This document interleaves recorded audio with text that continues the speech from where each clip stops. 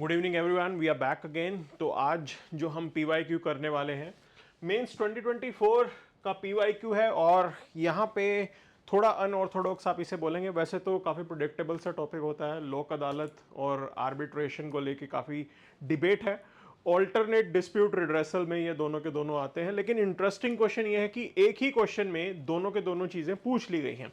सो इस क्वेश्चन में basically UPSC ने क्या पूछा है आपसे कि you have to explain and distinguish between Lok Adalat and arbitration tribunals.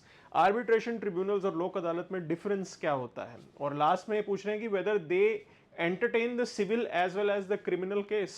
तो नॉलेज भी ठीक ठाक टेस्ट हो गई है इस क्वेश्चन में।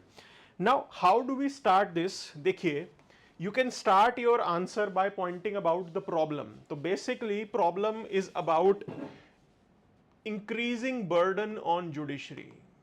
Okay, we know that judiciary के ऊपर जो है केसेस का बर्डन काफी इंक्रीज हो गया है, और सिर्फ इतना ही नहीं है, पेंडेंसी ऑफ केसेस भी काफी बढ़ गए हैं।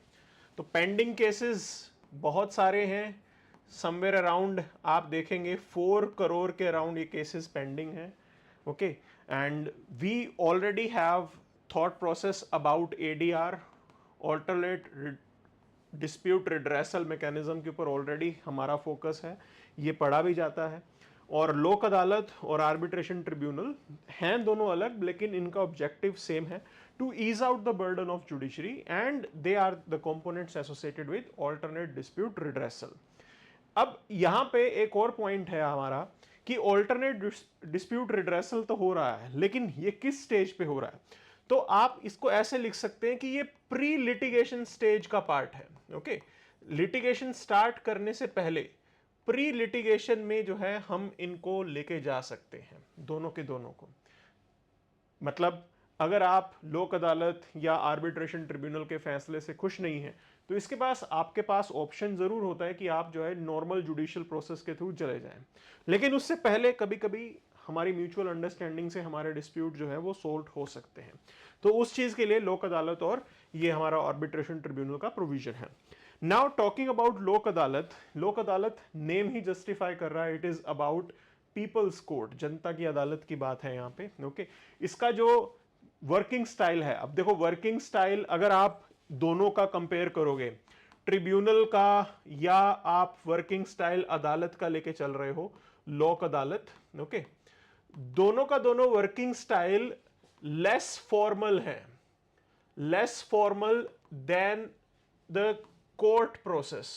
जो हमारा कोर्ट प्रोसेस होता है वो बिल्कुल ही कानून के हिसाब से चलेगा, रूल्स रेगुलेशन से चलेगा, लेकिन उसके कंपैरिजन में दोनों थोड़े इनफॉर्मल में आ जाते हैं। हां, अगर आपको कंपेयर करना है ट्रिब्यूनल और लोक अदालत में, if the comparison is between tribunal and Lok Adalat, so tribunal is more formal than Lok Adalat. लोक अदालत सबसे कम फॉर्मल इसमें आएगी। ओके, तो ये डिफरेंस है, दोनों के दोनों कोर्ट प्रोसेस से तो इनफॉर्मल है, लेकिन कंपैरिजन अगर हमें विद इन करना हो तो उसके अंदर आप देखेंगे कि जो ट्रिब्यूनल है वो ज्यादा फॉर्मल होता है as compare to Lok Adalat. तो this is a slight difference that is to be known to you. लेकिन हम डिस्कस कर रहे हैं पहले लोक अदालत। तो बेसिकली प्रोविजन है जनता की अदालत का, इनफॉर्मल अरेंजमेंट है, और फोकस ये होता है कि म्यूचुअली एक्सेप्टेबल सॉल्यूशंस जो हैं वो आप लेके आए, ताकि एक बार अगर सॉल्यूशन एक्सेप्टेबल हो जाता है दोनों पार्टीज को, तो बहुत कम चांसेस होते हैं कि वो आगे लिटिगेशन स्टेज पे जाएंगे। वैसा ही कुछ किया जाता है, इनोवेटिव सॉल्यूशंस आप यहाँ पे एक्सप्लोर कर सकते हो, क्योंकि रूल्स के बियॉन्ड आप जा सकते हो। प्रिंसिपल ऑफ नेचुरल जस्टिस आप यहाँ पे लेके आ सकते हो, उन प्रिंसिपल से आप इनोवेटिव सॉल्यूशंस लेके आएंगे जो कि दोनों ही पार्टीज को एक्सेप्टेबल होगा। दैट इज व्हाट लोक अदालत कैन ब्रिंग।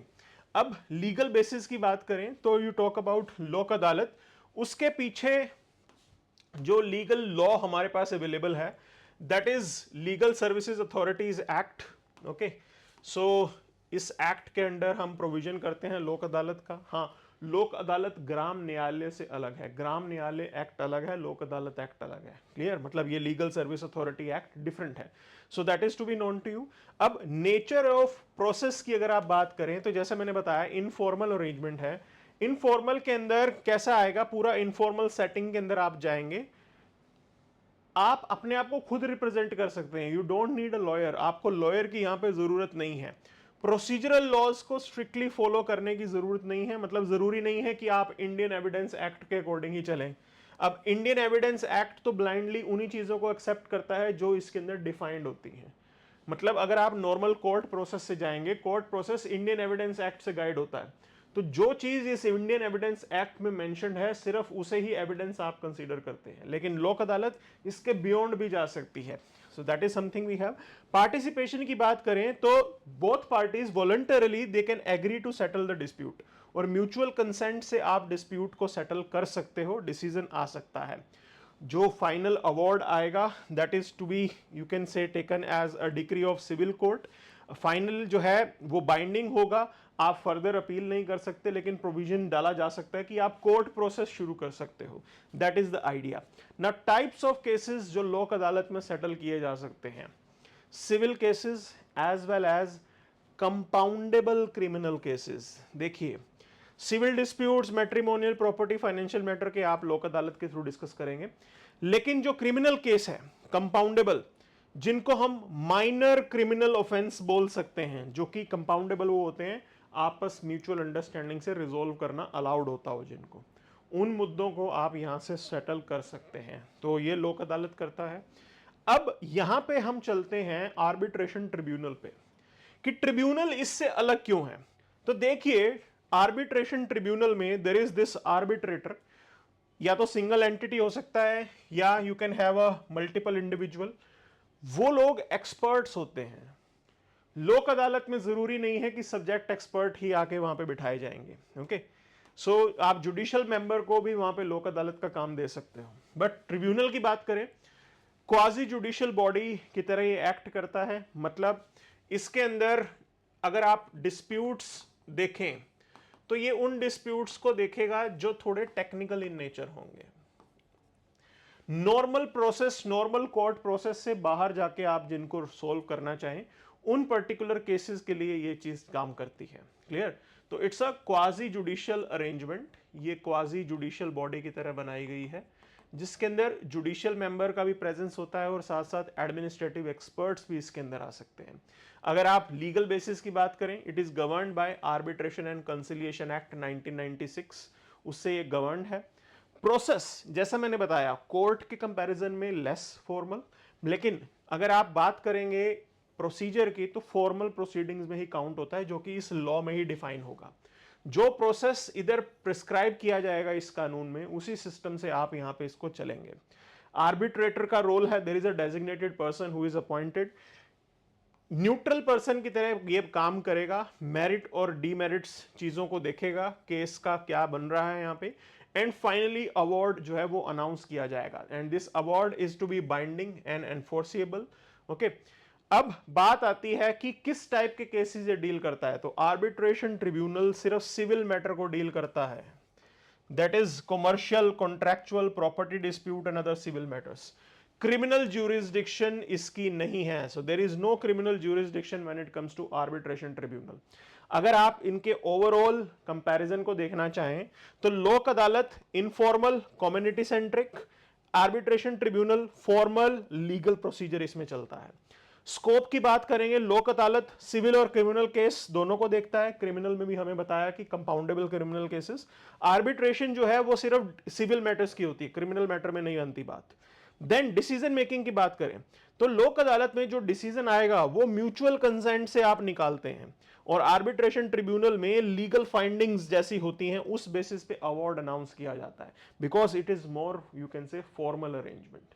तो ये मेजर डिफरेंस है दोनों में। At the end both are important to ease out the burden of judiciary, और हमारे यहाँ पे जो जो क्या कहते हैं जुडिशरी, जो जस्टिस है वो अफोर्डेबल भी होना चाहिए, और ये दोनों के दोनों उसी लाइन में है। आर्बिट्रेशन ट्रिब्यूनल भी speedy and affordable justice, Lok Adalat also speedy and affordable justice, but matter थोड़े डिफरेंट हो सकते हैं। So this is what we have, and they both are part of your alternate dispute redressal mechanism, and they are easing out the burden of judiciary. So thank you very much.